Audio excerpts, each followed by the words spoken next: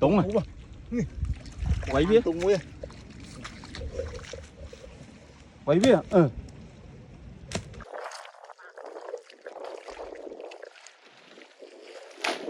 Bá lại.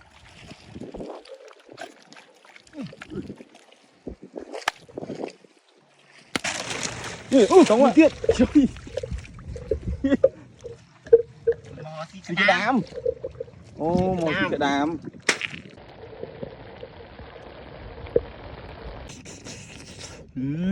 Đậm quá. Thấy cái bông thôi kìa. Tung. Ôi, Túng rồi. Quay biết. Tung nguyên. Quay biết. Chặt bàn tung nguyên bông Quân ơi.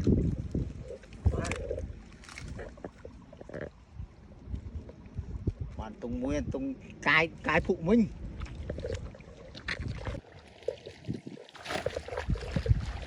Túng trao này bông. Nam. Ô đây đây. Bàn mùi. Bàn muối bông Quân ơi. Xong em Túng anh.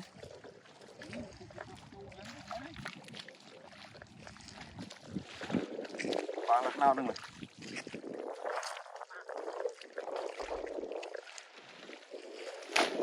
Bá lại.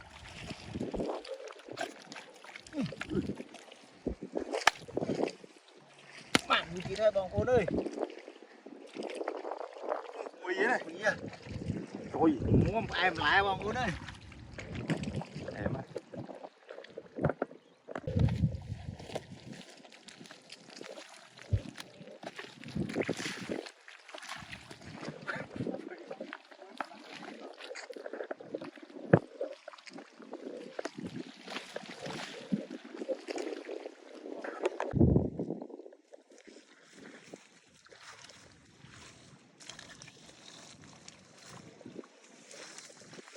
Bài nó miên tiếp. Miên có đi. Đi một bàn lạc nào đi tới ngọn. Nào mình bàn lạc ngọt muối. Kia này mới ron đi bữa, miệng ron đi không này. Miệng ron đấy. Đám ấy. Nhìn đấy, họ linh không? Họ linh không? Túng rồi. Tiết. Xì cái đám. Ô, một cái đám. Bạn đi kia bông Quân ơi. Bay nè. Bay đi crop. Ngồi tiết đi.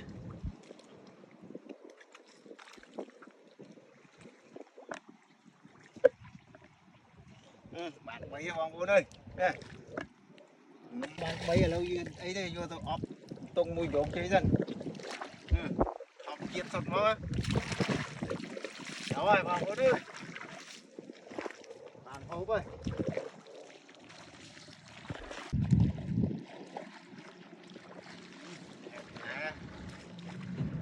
Bây đi khúc món phàng chút chơi quy bay tiết nó. Em mò bông Quân ơi. Rồi bầu em tới cái ăn. Rồi vô nó thấy ôm vô chơi rồi. Ốp dùng chơi. Tao chưa? Nhớ nha.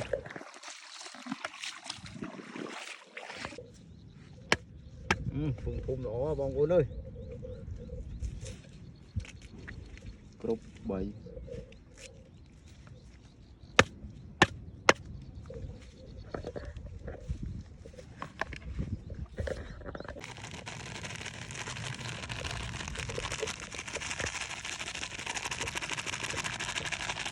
Liang cái bạn bảo liang. Bao nhiêu? Chuyện hal. Tổ hộp hay là ban nhiêu ngon đi. Miền thành bánh bay nó ngay.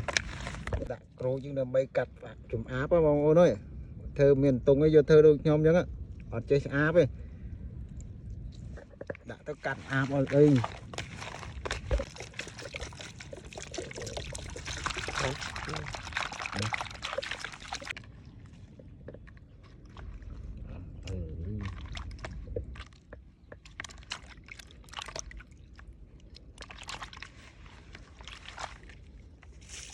về xa liêng xa trên con này bóng bố này thử được nhau bạn chơi xa vậy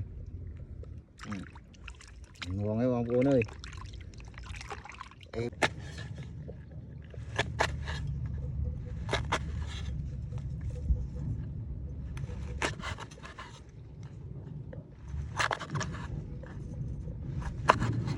rồi bóng bố này con hơi lâu nhưng vừa tao buông nữa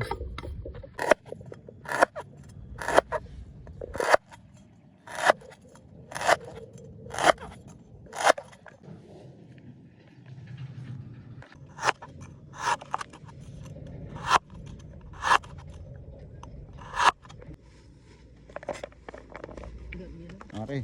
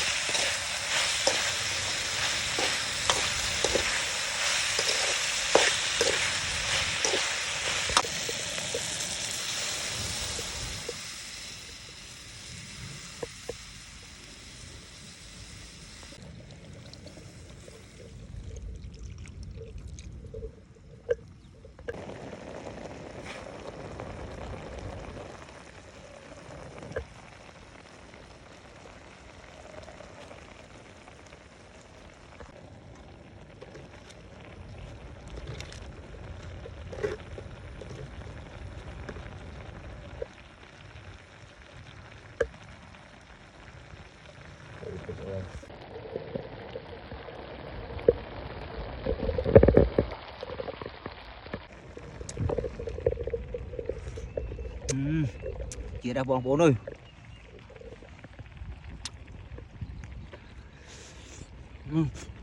đó này nha bóng bố ơi tuyệt quá bóng om bóng om bóng om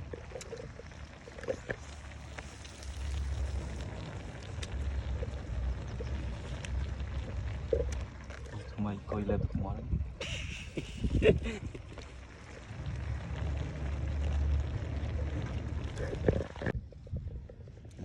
thầm chiết bóng bố này nó mó tí đây like rom tí đây ngon mà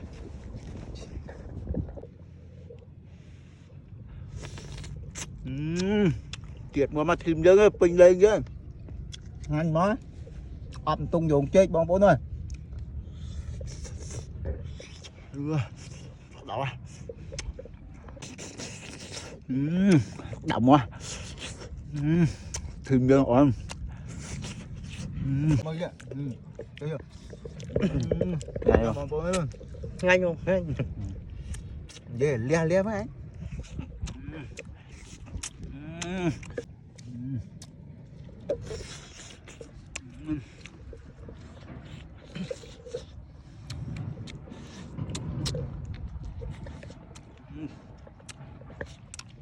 chết mà chỉ nắp bằng luôn thôi em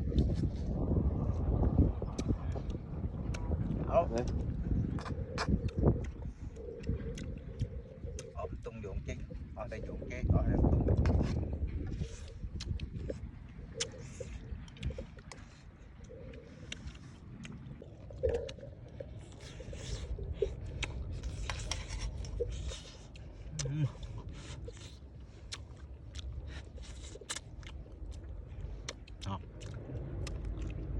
បងប្អូនអើយវីដេអូមានប៉ុណ្្នឹងឯងជួយ like ជួយ share ផង